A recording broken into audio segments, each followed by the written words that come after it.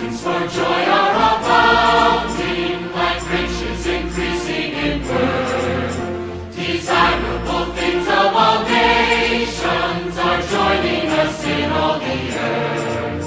The joy in our hearts is well founded, with roots reaching deep in God's word. We daily partake of its teachings, faith follows the things we have heard. Our causes for joy are deep-seated, like